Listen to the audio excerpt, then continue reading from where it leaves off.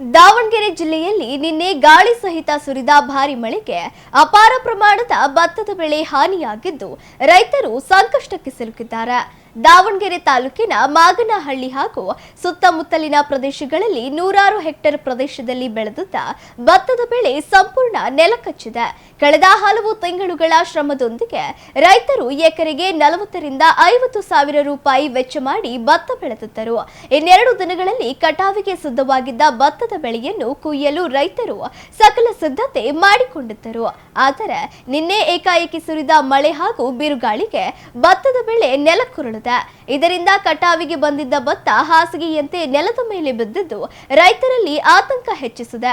ಒಂದು ಕಡೆ ಭತ್ತದ ಬೆಳೆ ಹಾನಿಯಾದರೆ ಮತ್ತೊಂದೆಡೆ ಮಾಡಿದ ಖರ್ಚು ಕೂಡ ಕೈಗೆ ಸಿಗದ ಸ್ಥಿತಿ ನಿರ್ಮಾಣವಾಗಿದ್ದು ರೈತರು ಕಣ್ಣೀರು ಹಾಕುವ ಪರಿಸ್ಥಿತಿ ಎದುರಾಗಿದೆ. ಪ್ರತಿ ವರ್ಷ ಒಂದಲ್ಲೊಂದು ರೀತಿಯಲ್ಲಿ ಪ್ರಕೃತಿ ವಿಕೋಪದಿಂದ ಬೆಳೆ ಹಾನಿಯಾಗುತ್ತದೆ.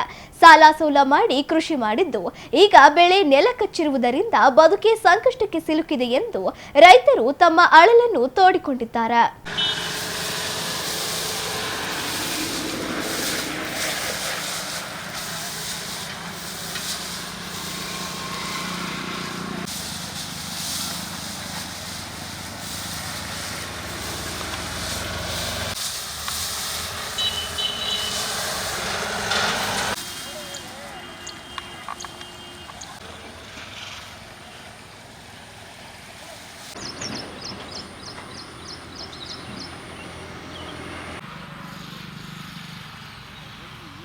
ಸರ್, ಈಗ 2-3 ದಿನದಿಂದ ಮಳೆ ಕಂಟಿನ್ಯೂ ಆಗಿ ಬರ್ತಾ ಇದೆ. ಆ ಮಳೆ ಇದರಿಂದ ಸುಮಾರು ಎಕರೆ ಭತ್ತ ನೆಲಕ್ಕೆ ಕಚ್ಚಿಬಿಟ್ಟು ರೈತ 6 ತಿಂಗಳಿಂದ ಬೆಳೆ ಏನು ಬೆಳೆದಿದೆಯಲ್ಲ ಅದು ಪೂರ್ತಿ ನಾಶ ಆಗಿ ಹೋಗಿದೆ.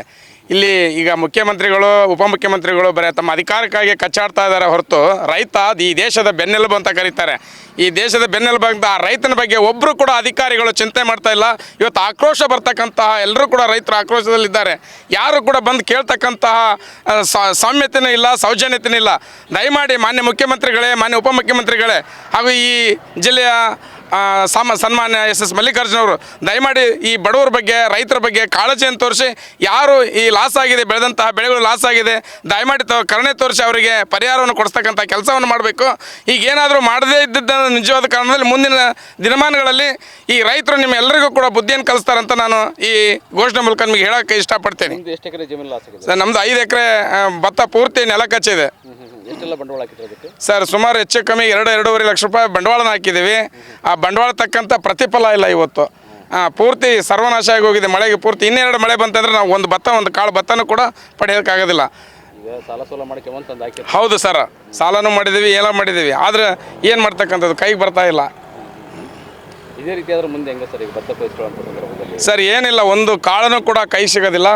ಹಾಗಾಗಿ ಎಲ್ಲರೂ ಕೂಡ ನಾಶ. ಈಗ ಏನು ಸದ್ಯದಲ್ಲಿ ಭತ್ತ ಇದೆ, ಭತ್ತ ಮಾತ್ರ ಪೂರ್ತಿ ನೆಲ ಕಚ್ಕೊಂಡು ಹೋಗಿದೆ. ಶನಿವಾರದಿಂದನೂ ಮಳೆ ಆಗ್ತಾ ಇರೋದ್ರಿಂದ ಭತ್ತದ ಬೆಳೆ ಬಿದ್ದಿದೆ. ಅಂದಾಜು ನಾವು ಮಾಹಿತಿಯನ್ನು ಕೊಟ್ಟಿದ್ದೀವಿ. ಕೃಷಿ ಇಲಾಖೆಯವರೊಂದಿಗೆ ಜಂಟಿ ವರದಿನೂ ಮಾಡ್ತಾ ಇದ್ದೀವಿ. ಈ ಸದ್ಯಕ್ಕೆ 52 ರೈತರಿಂದ ನಾವು ಪರಿಹಾರದ ಅರ್ಜಿನ ಕಲೆಕ್ಟ್ ಮಾಡ್ಕೊಂಡಿದ್ವಿ. ಮೇಲಾಧಿಕಾರಿಗಳಿಗೆ ವರದಿನೂ ಸಲ್ಲಿಸಿದ್ವಿ. ಸರ್ಕಾರದಿಂದ ಏನು ಪರಿಹಾರ ಬರುತ್ತೋ ಅದನ್ನು ಕೆಲಸ ನಾವು ಮಾಡ್ತೀವಿ. ಎಲ್ಲೆಲ್ಲ ಬಿದ್ದಿದೆ? ಮಾಗನಹಳ್ಳಿಲಿ, ಅಮೃತನಗರ ಸುತ್ತಮುತ್ತ ಬಿದ್ದಿದೆ. ಟೋಟಲ್ ಎಷ್ಟು ಲಾಸ್ ಆಗಿದೆ ಅಂತ ಒಂದು ಅಂದಾಜು ಕೊಟ್ಟಿದ್ದೀವಿ? ಅಂದಾಜು ನಾವು 50 ಎಕರೆ ಅಂತ ಕೊಟ್ಟಿದ್ದೀವಿ. ಶನಿವಾರದಿಂದನೂ ಮಳೆ ಬೀಳ್ತಾ ಇದೆ, ಗಾಳಿಯಿಂದ ಭತ್ತ ಬೀಳ್ತಾ ಇರೋದ್ರಿಂದ ಅಂದಾಜು ಕೊಟ್ಟಿದ್ದೀವಿ. ಕೃಷಿ ಇಲಾಖೆಯವರು ಬಂದು ವರದಿ ಮಾಡಿದ್ದಾರೆ, ನೋಡಿದ್ದಾರೆ.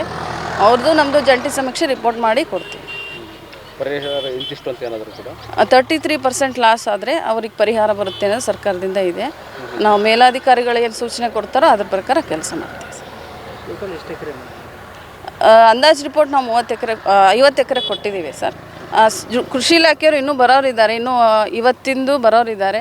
ಅವ್ರದ್ದು ಮೇಲೆ ಮತ್ತೆ ಇವತ್ತೆಷ್ಟಾಗಿದೆ ಲಾಸ್ ಅನ್ನೋದು ನೋಡ್ಕೊಂಡು ನಾವು ಕೊಡ್ತೀವಿ. ಭತ್ತ ಒಂದೇ ನಮ್ಮ ಭತ್ತ ಅಷ್ಟೇ ಈ ಸದ್ಯಕ್ಕೆ ಬಿಡ್ತೀವಿ.